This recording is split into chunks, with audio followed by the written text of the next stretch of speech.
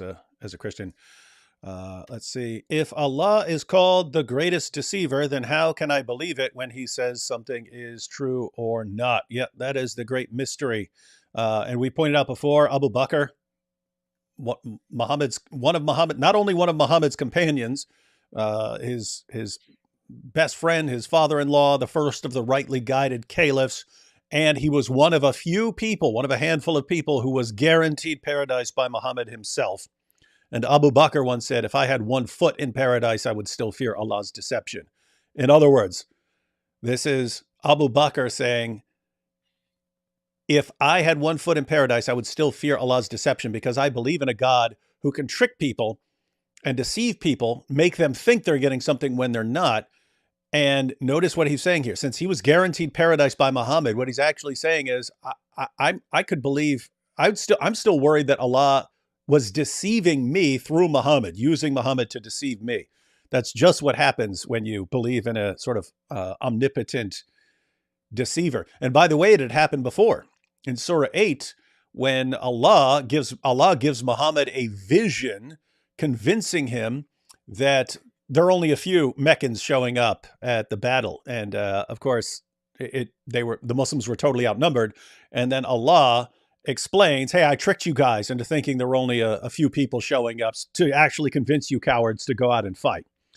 And so, but notice this, wait, Allah used Muhammad to deceive people into doing what he wants. And once you've absorbed that idea, especially if you focus on the standard Islamic view of Jesus' crucifixion and so on, you're realizing you're dealing with a God who might be tricking you all the time and you just don't know. Because notice, if we ask our Muslim friends, hey, why did Allah trick the Jews of the time of Jesus and even his followers into believing that he died on the cross when he didn't?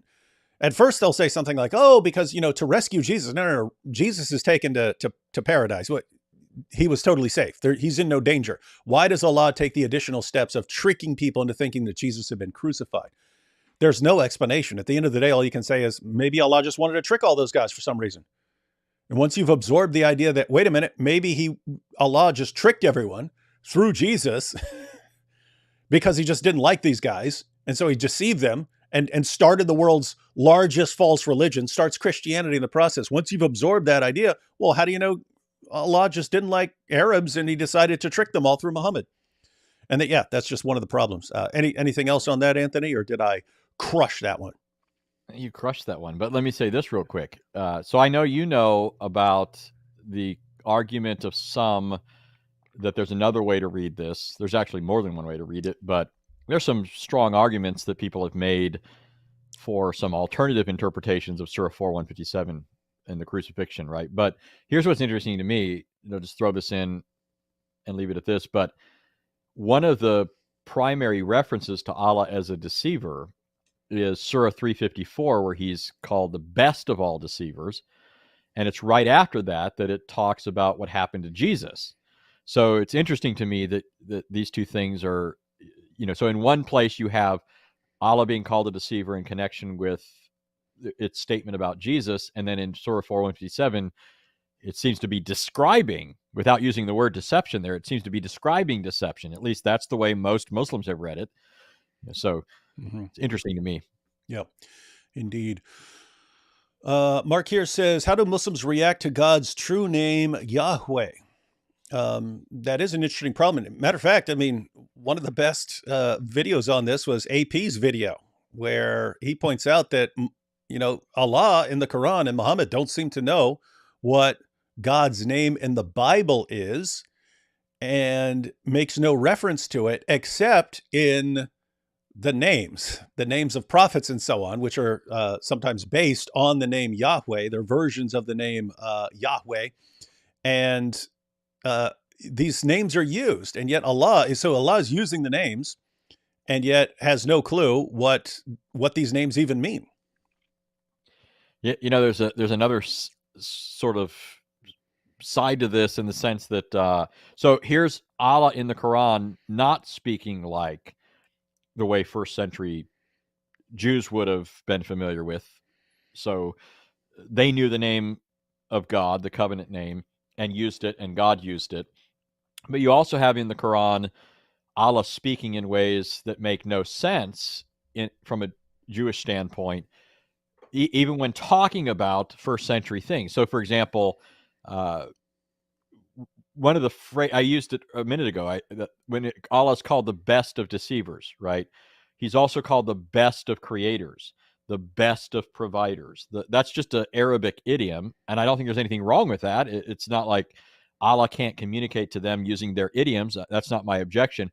What becomes problematic is once you see Allah speaking this way in the context of relating what was supposedly said in the first century by. So, for Hmm. example, Jesus in Surah 5 is supposedly responsible for saying Allah is the best of providers. That's not how first century Jews spoke.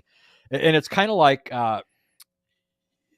it, Jews obviously weren't polytheists. They didn't believe in multiple gods, but they didn't call it shirk, right? That's not how they spoke. They would have called it Hmm. idolatry or something along those Hmm. lines.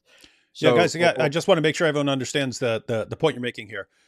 So you have in the Quran, and so the Quran is Arabic, and when Allah is speaking, so Allah has His way of speaking, and then of course He tells Muhammad to say certain things and so on. And we say, okay, that's all fine. Allah can speak how He wants and tell Muhammad to speak how He wants and so on.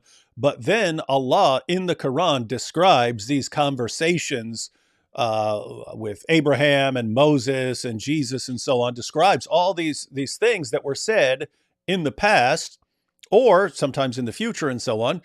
And everyone sounds exactly like a 7th century Arab. Everyone speaks exactly the way Muhammad spoke.